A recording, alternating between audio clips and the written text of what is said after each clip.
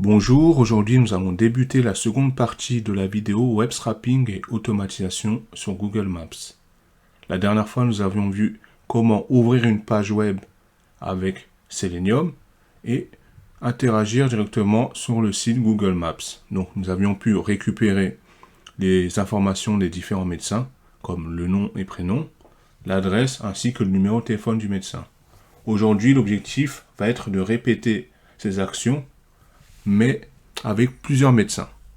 Et ce, grâce à une boucle for, donc qui va nous permettre de récupérer les données de manière automatisée et en grand nombre de volumes.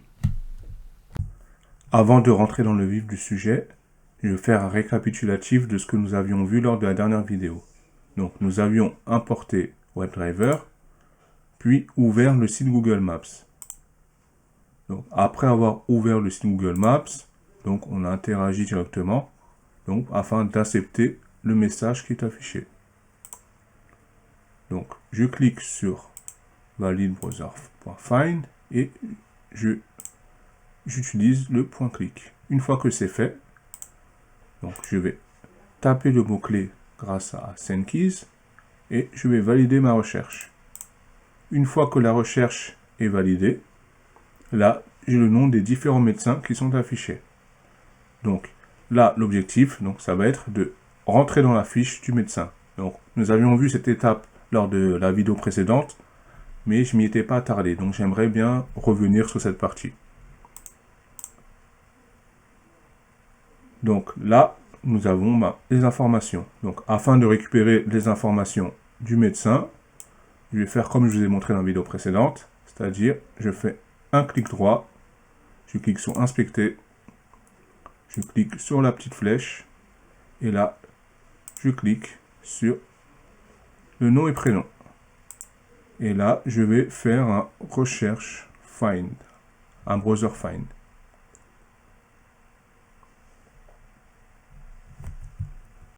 Et là, je vais récupérer le nom et prénom de notre médecin. Donc, je retourne sur sa fiche visite.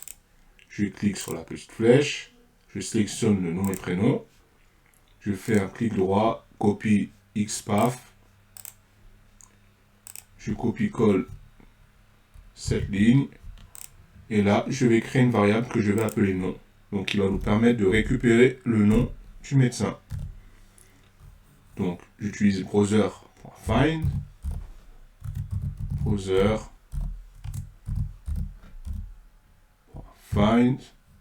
element,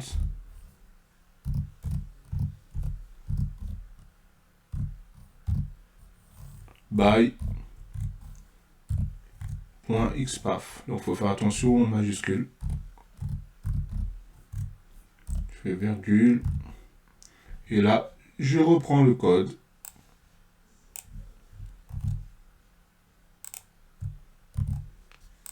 Donc, j'exécute. J'ai aucun message d'erreur, donc c'est bon signe. Et là, je tape le nom de ma variable, non.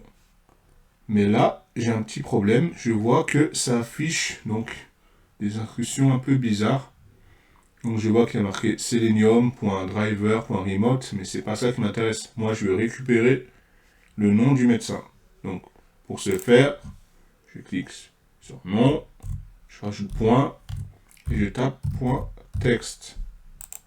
Et là, j'ai bien le nom du médecin. Maintenant que nous avons récupéré le nom et prénom du médecin, on va récupérer le reste des informations. Pour ce faire, je vais cliquer sur la petite flèche, je vais cliquer sur la note du médecin, donc la moyenne des notes qu'il a reçues. Je fais un copie, XPath, je fais copier-coller, je crée une variable que je vais appeler note. Donc c'est en général ce qui est conseillé, c'est d'avoir des variables qui sont assez explicites. Donc je copie le browser.find de la variable précédente que j'avais créée. Donc le process reste souvent le même. Une fois que c'est fait, je remplace le contenu du code source. J'exécute la variable, donc je n'ai pas d'erreur. Et cette fois-ci, je vais taper note.text pour vérifier le contenu. Donc je vois bien que nous avons la note du médecin. Donc on a bien récupéré l'information. Et là, on va procéder de la même manière avec les autres variables. Cette fois-ci, je vais récupérer l'adresse du médecin. Donc, je clique sur la flèche. Je récupère le code source de l'adresse.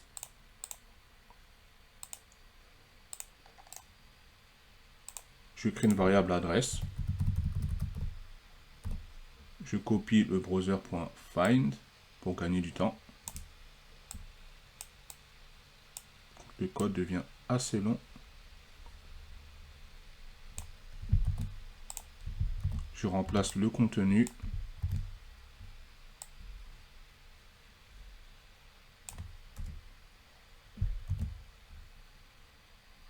J'exécute la variable adresse.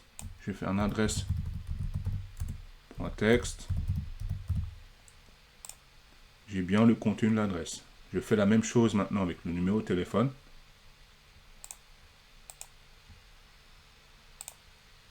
Copie. XPath. Voici, je vais insérer une ligne. Je fais num et je récupère le browser.find que je vais également remplacer. Je reprends le contenu du code source qu'on a pris. J'exécute la variable num. Je fais un num.text. Et là, on peut voir qu'on a récupéré les informations qui nous intéressaient. Après, vous pouvez récupérer un ensemble d'informations qui vous intéressent. Admettons la géolocalisation ou plein d'autres choses, le métier, le nombre d'avis qu'il a reçu. Et après, effectuer des statistiques. Voilà, tout va dépendre de votre utilisation. Nous avons pu récupérer les informations nécessaires à la collecte des données du médecin. En revanche, on peut voir que les actions qu'on a effectuées sont assez fastidieuses. Par exemple, si on retourne en arrière, donc on a notre liste de médecins, on ne peut pas s'amuser à taper à chaque fois ces instructions pour récupérer les informations. Donc là, on va mettre en place la boucle, donc qui va nous permettre d'itérer directement sur tous ces médecins, récupérer les informations et les stocker éventuellement dans une liste. Et cette liste va nous permettre par la suite de créer un fichier Excel et d'avoir des données ordonnées. Donc c'est ça l'objectif. Donc récupérer les données et pouvoir les sauvegarder. Avant de mettre en place la boucle, on va regarder la liste des médecins. Et on va prendre leur XPath. Donc là je fais un copie XPath. Et je regarde son XPath. Donc il faut savoir qu'en général on a deux types de XPath. Donc l'XPath dynamique et l'XPath constant, dont les numéros ne vont pas changer, ce sera toujours la même adresse. Donc on part du principe, donc on peut supposer que l'adresse du lien pour ces différents médecins sera différente, puisqu'elle nous emmène à un endroit différent. Donc là je vais prendre le XPath du deuxième médecin, je copie-colle, et là je peux voir que c'est la même structure, mais que les numéros sont différents. Les numéros à la fin sont différents. Donc on a le 3, le premier médecin finit par le numéro 3, le deuxième par le numéro 5. Donc je vais supposer que le troisième va finir par 7. Donc je refais la même action.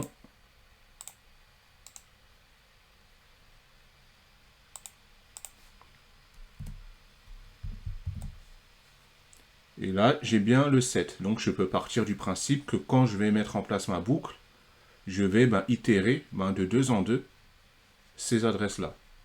Et donc, ainsi de suite. Donc là, je commence à 3, 5, 7, ici à 9, jusqu'à aller tout en bas de la liste. Et ainsi de suite.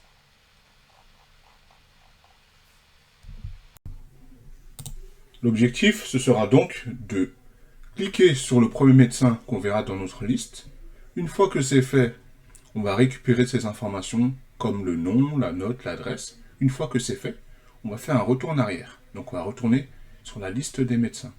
Donc on peut simuler ça grâce à un clic de la souris. Et on va réitérer de la même manière. Donc on clique sur le deuxième médecin, on récupère ces informations et ainsi de suite. Donc je vais le faire avec quelques données, histoire de vous montrer les bases. Maintenant que nous avons vu comment nous allons scraper les données grâce au schéma, nous allons mettre en place la boucle. Donc avant de mettre la boucle en place, on va créer une variable, donc une liste, qui va nous permettre de stocker le nom des différents médecins qu'on va scraper. Donc pour ce faire, je crée ma liste, nombre médecins, que je vais mettre à vide. Donc je clique sur exécuter. Ensuite, je vais mettre en place la boucle. Donc je vais utiliser une boucle for. Donc l'avantage de la boucle for, c'est qu'on a des données, des valeurs déjà prédéfinies. Donc je vais créer une variable i. Donc je vais faire un for i in range. Je vais choisir donc comme première valeur 3, puisque notre adresse, donc notre xpath commence à partir du chiffre 3.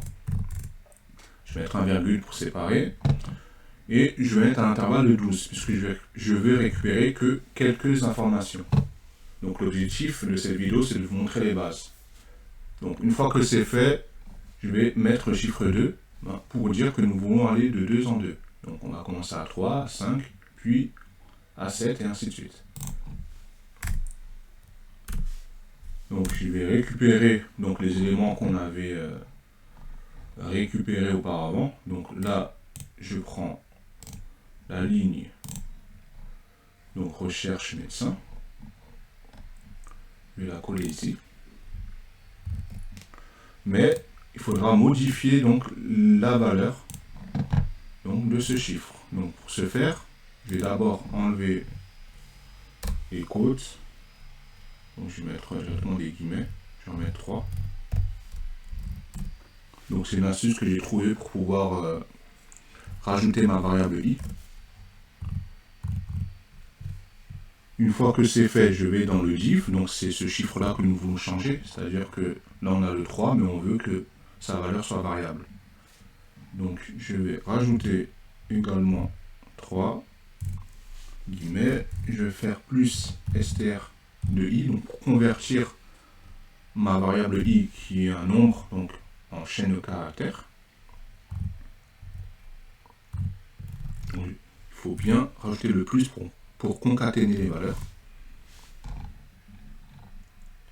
Donc une fois que c'est fait, donc j'efface les quotes en plus.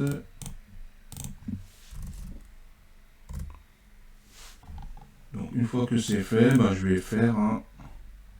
Ça va être plus simple de... je vais faire un clic. Donc je vais faire un recherche médecin. Point clic.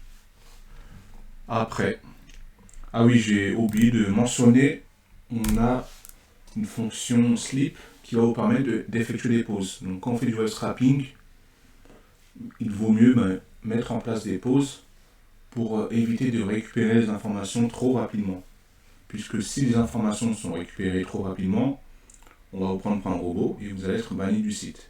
Donc, on fait des pauses entre chaque récupération de données, ça peut être plus intéressant. Donc là, j'utilise time.sleep. Je vais mettre 2, donc pour faire une pause de 2 secondes environ. Je vais refaire une pause.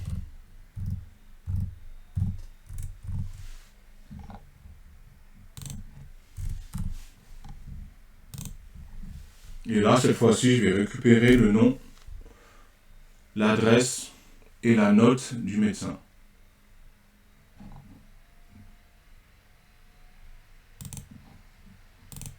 Donc là, on va faire quoi? On va retourner, soit on peut retourner sur les instructions qu'on avait créées auparavant. Donc là, je peux faire un... Je reprends, je colle. Mais là, je ne suis pas obligé de modifier le XPath puisqu'il ne change pas. Sa valeur n'est pas variable. Donc d'un médecin à l'autre, pour le nom, le XPath est toujours le même. Donc je vais faire je vais afficher donc grâce à un print, je vais afficher le nom. Ça va être plus simple. Et je vais également ajouter donc chaque nom dans la liste qu'on a créée, nombre médecin. Donc pour que ce soit plus simple, je vais copier-coller le code. Donc là, on a tous nos éléments. On a le nom.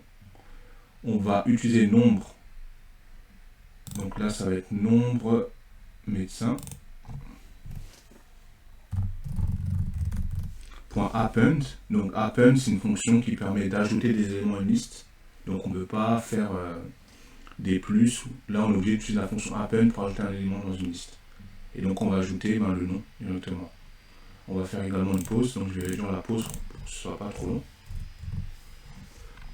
Une fois que c'est fait, on a récupéré tous nos éléments. On va faire un retour en arrière. C'est-à-dire qu'on va simuler ça. C'est-à-dire que le script va cliquer sur le premier médecin. Il va récupérer les informations. Il va faire une pause de 2 ou 3 secondes. Il va récupérer, admettons, la note. Une fois que c'est fait, il va revenir en arrière. Donc en cliquant sur la flèche. Et nous, pour ce faire, donc, il faut simuler le retour en arrière grâce à une ligne de code. Donc on peut taper browser.back pour revenir en arrière. Donc là, je vais exécuter mon code, espérant qu'il n'y ait aucune erreur. Donc pour l'instant, c'est fonctionnel. Donc voilà, donc là, on a récupéré le nom du médecin, sa note, son adresse. On retourne, une fois que c'est fait, on retourne en arrière. Donc grâce à nos boucles. Donc là, j'aurais peut-être dû mettre un peu plus de slip, parce que je trouve que ça récupère les informations assez rapidement. Effectivement, là, il y a un bruit assez important de ma machine, c'est le scrapping, ça mobilise assez de ressources. Donc là, on peut voir que le script est fonctionnel, on arrive à récupérer des informations. Donc pour un test, donc on a un résultat assez concluant. Donc une fois qu'on a récupéré toutes les infos, je vais afficher donc cette liste, nombre médecin, donc pour voir le contenu, pour voir si on a bien pu stocker les noms des différents médecins. On aurait pu stocker également les adresses, les étoiles. Donc là je clique sur nombre médecin. Donc je vois bien qu'on a récupéré les infos. Par contre, j'ai l'impression qu'on a récupéré une info en double. Mais bon, en tout cas on a bien récupéré les informations. Une fois que c'est fait, donc là je vais taper la fonction ln pour connaître le nombre de ma liste, donc le nombre d'éléments de ma liste. Donc je vais faire un ln nombre médecin. Et là je vais cliquer sur exécuter. Donc là je vois 5, donc je vais récupérer 5 éléments. Il faut faire attention, étrangement elle a récupéré cet élément en double. Mais bon, globalement, on peut voir qu'on a récupéré un ensemble d'informations. Donc voilà pour la partie scrapping de Google Maps. Donc je vous remercie d'avoir suivi cette vidéo et je vous dis à bientôt.